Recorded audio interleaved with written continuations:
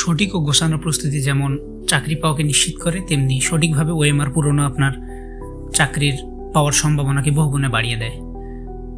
তো আসছে 2রা জানুয়ারি প্রাইমারির প্রথম ও দ্বিতীয় ধাপের পরীক্ষাতে ওএমআর পূরণ সংক্রান্ত একটা নির্দেশিকা প্রকাশিত হয়েছে।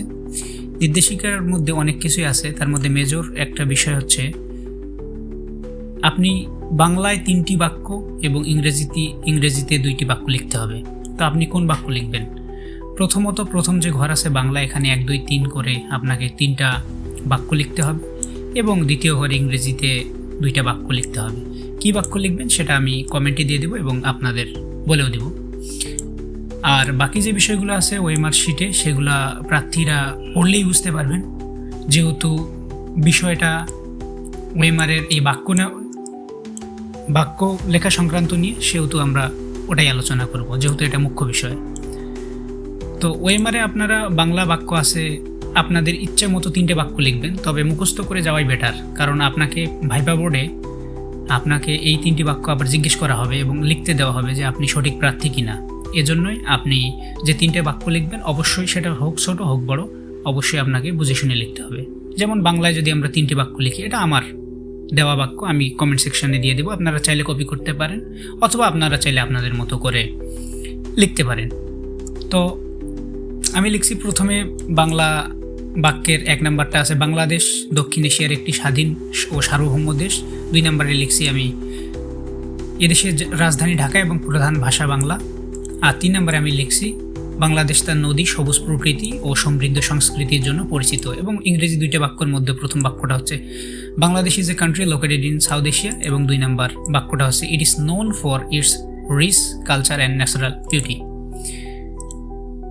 তো তাছাড়াও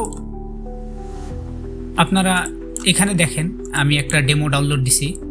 ডেমোটার মধ্যে আছে এই বান্দা লিখছে বাংলাদেশ একটি নদীমাতৃক দেশ, বাংলাদেশে এশিয়া মহাদেশে অবস্থিত, বাংলাদেশের রাজধানী ঢাকা। এই গেল 3টা বাক্য বাংলায়।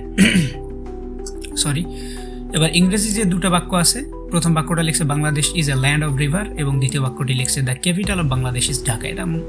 এটা অনেক শর্ট আছে এবং সহজেই মনে রাখার মতো, আপনারা চাইলে এটাও কপি করতে পারেন। আর বাকি বিষয়গুলো আপনার বাংলায় নাম, আপনি সার্টিফিকেট অনুযায়ী বাংলায় আপনার নাম লিখতে হবে, পূর্ণ নাম। ইংরেজিতে আপনার সার্টিফিকেট অনুযায়ী পূর্ণ নাম লিখতে হবে। পিতার নামের ক্ষেত্রেও সার্টিফিকেট অনুসরণ করতে হবে, মাতার নামের ক্ষেত্রেও সার্টিফিকেট অনুসরণ করতে হবে। এখানে আপনার জেলার নাম, এখানে আপনার স্বাক্ষর এবং বাংলায় রোল নাম্বার এখানে এবং এখানে। এক্ষেত্রে ডান দিক থেকে আপনি লেখা শুরু করবেন, সামনে আপনার কোনো কিছু না থাকলে আপনি 0 দিতে পারবেন, ওই জন্যে বাম থেকে নয় ডান থেকে শুরু করতে হবে। এবং আপনি পুরুষ কি মহিলা সেটা এখানে ব্লক করতে হবে পিন পয়েন্ট দিয়ে। তারপরে এখানে আপনার পুরুষ বা মহিলা এখানে লিখতে হবে। আপনি যদি লেখা মিসিং করেন সমস্যা নেই, তবে এখানে দাগ দিতে হবে। আর তারপরে সেট কোড আপনার যেটা আছে সেটা দাগাইতে হবে। দাগানোর পরেই আপনার পরীক্ষা শুরু হলে আপনি বাকি কাজটুকু, মানে পরীক্ষার প্রশ্নে যা আছে আপনি তা লিখতে পারেন। তো এই ছিল ভিডিও, আমি আপনাদের কমেন্ট সেকশনে দিয়ে দেবো আমার ওই লেখাগুলো, আপনারা চাইলে পড়তে পারেন বা আপনি চাইলে এই পিকচারের যে লেখাগুলো আছে এগুলাও লিখতে পারেন। এটা অনেক হেল্পফুল হবে, কারণ এটা ছোট লেখা। আর চ্যানেল থেকে যদি বিন্দু পরিমাণেও উপকৃত হয়ে থাকেন তো অবশ্যই সাবস্ক্রাইব করে দিবেন। সকলেই ভালো থাকবেন, সকলের জন্য শুভকামনা রইল। আসসালামু আলাইকুম।